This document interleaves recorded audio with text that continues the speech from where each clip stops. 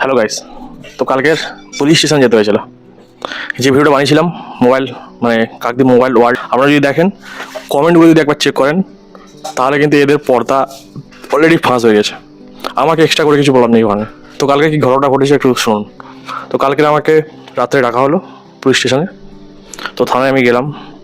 ওনাদের মানে প্রত্যেকটা স্টাফ ছিল দোকানের, আর মালিকও ছিল। তো গেলাম, যাওয়ার পর আমাকে জিজ্ঞাসা করা হলো যে আমি যে ভিডিওটা বানিয়েছি, এই যে মানুষ যারা কমেন্ট করেছে আমি কেন কমেন্টগুলো পড়েছি। মানে এটা কোন লজিক হলো এই কথাটা বলার। মানুষ তাদের সমস্যার কথা তুলে ধরেছে, আমি জাস্ট তাদের কথাটা ভিডিওতে বলেছি যে দেখুন যে এই ব্যক্তি কি সমস্যা হলো সেটা দেখুন, আমি ভিডিও সেটা বলেছি। এটা নাকি অপরাধ বলা যায়, অপরাধ করে ফেলেছি ওটাই। তো আমি তার একটা যথাযথ একটা প্রমাণ দিয়ে কথাবার্তা বললাম, ভিডিও দেখালাম, যিনি অফিসার ছিল তিনি ভালো করে দেখলেন। তো তারপর সেটা নিয়ে আর কথাই বলেন না। ভালো কথা, মানে উনি বুঝে গেছেন যে আমার ওখানে কোনো ফল না, মানুষ তাদের কথাবার্তা বলছে। তো ওটা হয়ে গেল। তারপর দোকানদার বলছে আমি কেন তাকে ফ্রড বললাম, স্ক্যামার বললাম, চিটিংবাজ বললাম। আমি কেন বললাম, আপনি যদি প্রথমেই দেখেন ভিডিওর কমেন্টে, আমি বদনাম করার কেউ নই। অলরেডি উনি বদনাম হয়ে গেছে, কারণ কমেন্টগুলো যদি চেক করেন প্রত্যেকটা কমেন্ট মানে 200 জনের কমেন্টের মধ্যে 190 জন দেখবেন ওনার বিরুদ্ধে কথা বলছে, আর হয়তো 10 জন যাদের সমস্যা হয়নি তারা বলছে। তো যাদের সমস্যা হয়েছে, এতগুলো মানুষের সমস্যা হয়েছে, তারা বলছে। তাই দেখুন, কেউ এই যে ভিডিওটা অনেকে বানাতে পারে না, আজকে আমি বানিয়েছি বলে তারা তাদের বক্তব্যটাই কমেন্টের মাধ্যমে রাখছে। তো সেখানে মানে নতুনভাবে প্রমাণ করার কিছু নেই, তাও আমি প্রমাণ করে দিচ্ছি। কোম্পানির যে রুলস, আপনি এটা বারবার বুঝিয়ে আসছেন কাস্টমারদের, আমি আপনাকে পাতি বাংলা ভাষার রুলসটা বলছি, ঠিক আছে? আর আপনি যেটা করেন মানে সার্ভিসটা প্রোভাইড করেন সেটাও আমি ভালো করে আপনাকে বলছি, ঠিক আছে? একটু মিলিয়ে নেবেন যদি ঠিকঠাক বলি নাকি। আপনি প্রোডাক্ট বিক্রি করেন, ভালো কথা। সেই প্রোডাক্টে কিছু সমস্যা হলে আপনি সেটাও দেখেন, ভালো কথা, খুব সুন্দর। এটা এটা দেখা উচিত, কাস্টমারের সমস্যা তো বোঝা উচিত। কিন্তু একটা কথা বলুন তো, আপনি যে সেই কাস্টমারের যে সার্ভিসটা দেন কোম্পানিকে কি জানান? কারণ কোম্পানির রুলস অনুযায়ী তো আগে কোম্পানিকে জানাতে হয়, তারা সেই কমপ্লেনটা করবে বা রেজিস্টার করবে, তার ভিত্তিতে সেই ব্যক্তির বা বাড়িতে কি প্রোডাক্টের সমস্যা সেটা দেখবে, তাই তো? কোম্পানির কাছে তো একটা কমপ্লেন থাকবে। সেই কমপ্লেন না থাকলে কি করে কোম্পানির লোক বুঝবে যে একটা সার্ভিস হয়েছে কি দুটো সার্ভিস হয়েছে? তাহলে আপনারা রুলস ব্রেক করলেন। এনারা কিন্তু কোম্পানিকে কোনো রকম রিপোর্ট করে না। মানে এটা আমার সঙ্গে ঘটেছে, মানে আমার সঙ্গে যে ঘটনাটা ঘটলো, এনারা আমার যে দুবার ফ্রি সার্ভিস করেছে সেই দুবার ফ্রি সার্ভিসের রিপোর্ট কোম্পানির কাছে নেই। আমি ধরুন বলতে পারিনি, ওনাকে ডিলার উনি বলেছে কোম্পানির সঙ্গে যোগাযোগ করে দিয়েছে। তো কোম্পানির কাছে আমার কোনো কমপ্লেন লঞ্চ হয়নি কেন? আমার যে সার্ভিসটা প্রবলেম, আমার যে মানে ফ্রিজের প্রবলেমটা আছে সেই কমপ্লেনটা লঞ্চ হয়নি কেন ওনার কাছে? যদি আপনি যদি কথাবার্তা বলেন, যদি সেই এটা করেন, তাহলে আপনার তো উচিত প্রথমে কোম্পানিকে আমার যে এতে আছে রেজিস্টার করা, কমপ্লেন করা।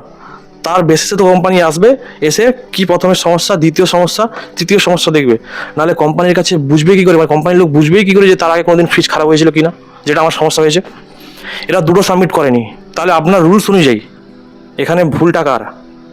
যে রিপোর্ট সাবমিট আপনারা করেননি, আপনারা যে টেকনিশিয়ান আনি পাঠিয়েছিলেন তারা দুটো সার্ভিসে কোনো রিপোর্ট করেনি। তাহলে আমি কোম্পানিকে যখন বলবো যে আমার রিপ্লেসমেন্টের ব্যবস্থা করে দিন, রিফান্ডের ব্যবস্থা করে দিন, কোম্পানি আমার কথা শুনবে কেন?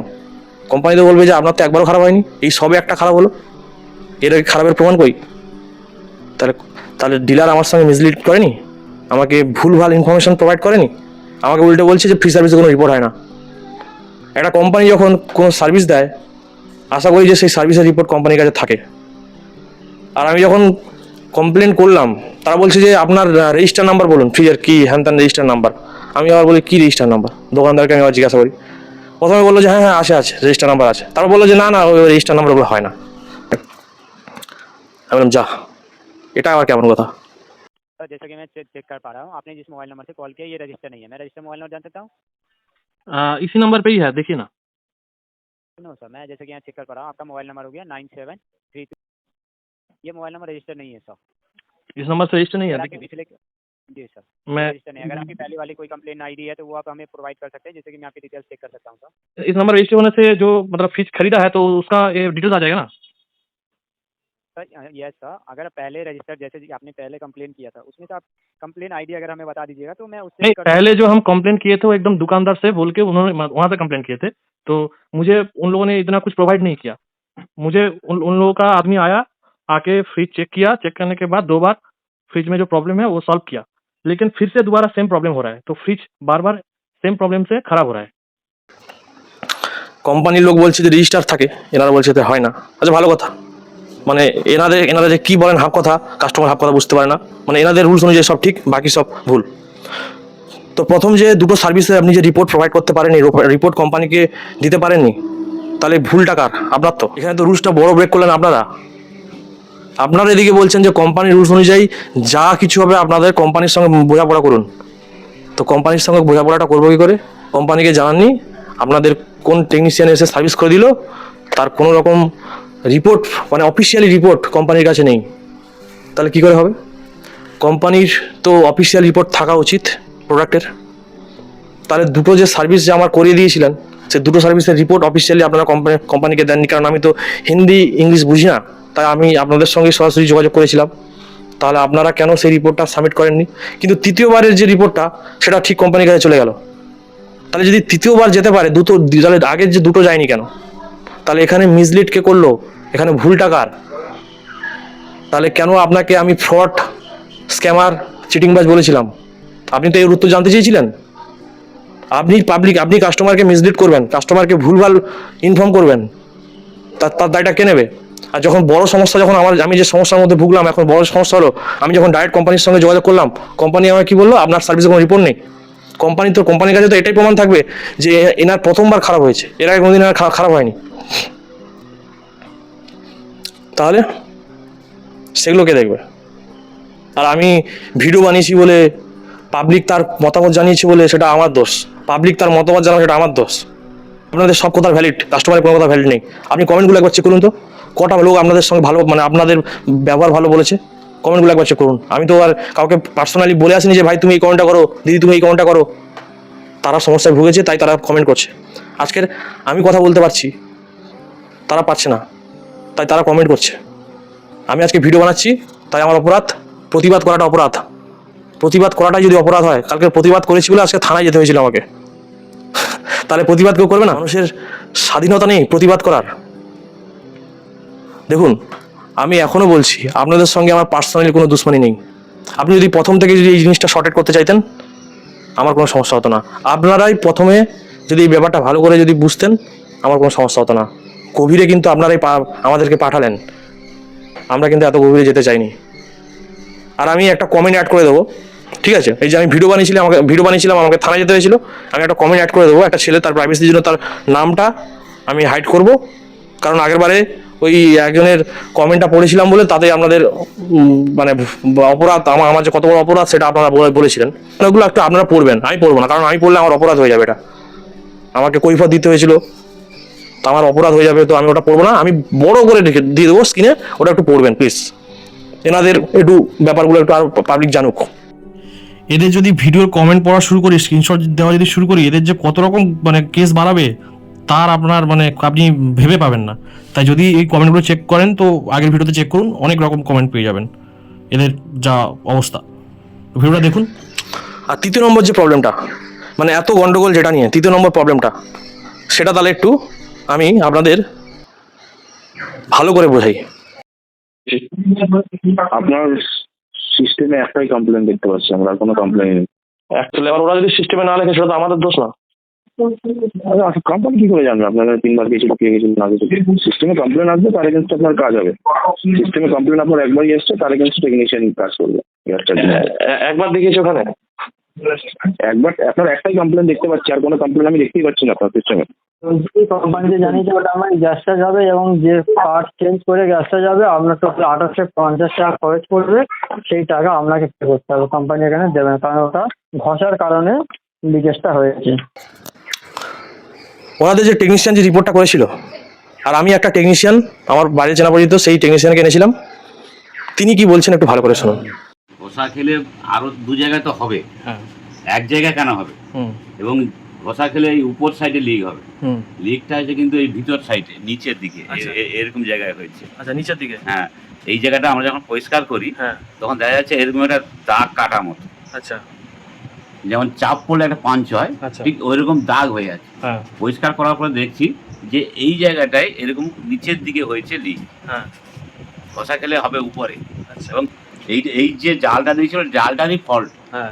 আর এনারা দেখিয়েছিলেন যে এই এরিয়ায় লিকেজে হয়েছিল। হ্যাঁ, কিন্তু ওখানে না, উপরে না, হ্যাঁ হয়েছে ভিতর সাইডে। ভিতর মানে এই ভেতরে, হ্যাঁ, মানে এই জায়গাটা চাপ মানে ঘষা খাওয়ার বা কোনো চান্স নেই। আচ্ছা, মানে যিনি টেকনিশিয়ান এসেছিল তিনি ভালোভাবে চেক না করে জাস্ট একটা দাগ দেখে, একটা স্ক্র্যাচ দাগ দেখে ভেবেছিল যে দেয়ালে লেগে হয়েছিল এবং সেইভাবে একটা ভুল রিপোর্ট সাবমিট করলো, না হচ্ছে পরীক্ষা ঠিকঠাক করলো। আর যখন আমি আমার টেকনিশিয়ান দিয়ে ব্যাপারটা দেখলাম, সেখানে চেক করতে পারলাম যে এই নিচের এই পোর্শনটা লিক হয়েছে, এই নিচের দিকে হয়েছে, এই নিচের দিকে লিক এই হয়েছে। জায়গাটা ঘষা খাওয়ার কথা না। এখানে যারা ওরা যে রিপোর্টটা করেছিল একদম ভুল রিপোর্ট হয়েছিল, নিচের লিকেজ কিন্তু দিয়েছিল এই এরিয়ার দিকে, কিন্তু একদম সম্পূর্ণ ভুল একটা রিপোর্ট সাবমিট করলো এবং পুরোপুরি কাস্টমারের উপরে দোষ চাপাতে শুরু করলো। তো আপনারা আমি যখন পুরো পরিষ্কার করে ফেলেছি, হুম। পরিষ্কার মানে পাঁচ হওয়ার মতো লম্বা দাগ দেওয়ালে হলে একটা লিক হয়েছে, এটা বেশি, নাহলে এগুলো তো অল্প হলেও তো হবে, কোথাও কিছু নেই। তারা সম্পূর্ণ ভুল রিপোর্ট একটা প্রদান করলো, যাতে এই কন্ডেন্সারে দিয়েছিল ওটারই ডিফেক্ট ছিল।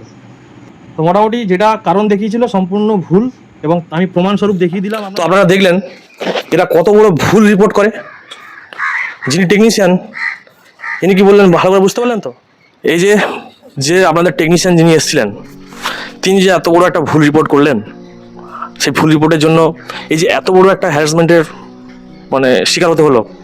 না কোম্পানি আমাদের কথা শুনছিল ঠিকভাবে, না আপনাদের ঠিকভাবে বলছি, মানে আপনারা ঠিকভাবে শুনছেন, তাহলে মানে একজন কাস্টমার হিসাবে কোথায় যাবে? প্রতিবাদটা কিন্তু এইভাবে বাড়ে। আজকে আমি কথা বলছি, দুদিন পর দেখবেন অন্য কেউ কথা বলবে।